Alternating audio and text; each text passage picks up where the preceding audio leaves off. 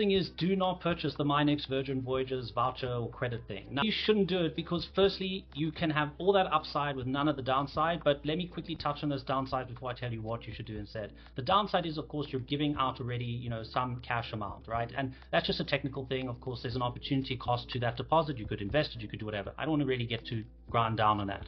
The main thing is when you do that, you're basically telling Virgin, hey, guess what?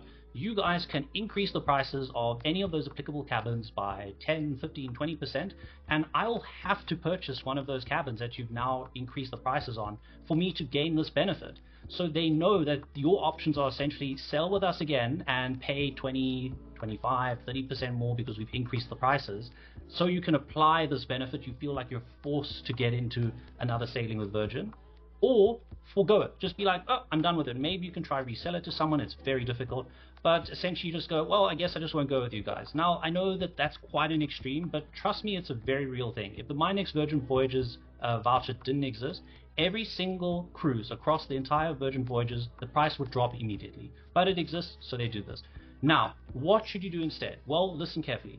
Travel agents can purchase multiple of these. In fact, anyone can purchase multiple of these, but travel agents tend to always have tons of these on hand. So if you find yourself in the future saying, you know what, I want to go with Virgin Voyages again, and the cabin you happen to pick out is one that could be applied to, if you truly just want that little bit of extra benefits that comes with it, etc., reach out to a travel agent that you trust or know of, or have someone that can recommend it to you, because they'll be able to literally book you probably the exact same cabin you're looking at the same price, if not a little bit less, and you'll get the My Next Virgin Voyages benefits applied to your sailing. It's that simple. You don't need to go and fork out the $100, $200, $300 to get that voucher and then feel like you have to use it.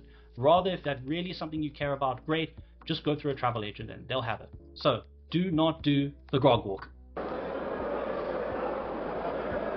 Oh, wow, okay, sorry, I thought like magical pitchforks were going to come flying at me by saying that, because it's almost like blasphemous or taboo to say this about Virgin Voyages. But don't do the grog walk. It's Virgin's paid for entertainment thing that they do every first night of every sailing, and sometimes they'll offer it on another night depending how long your sailing is. Let me explain why you shouldn't do it by telling you what you should do instead. Instead of doing the grog walk, you should go onto Facebook, find one of the 3 different Facebook groups, because there's usually 2 to 3 Facebook groups for every sailing out there in the world, and just create your own grog walk event on Facebook and do it yourself. Why should you do this? Well, simply put, let's start going bit by bit. Number 1, availability.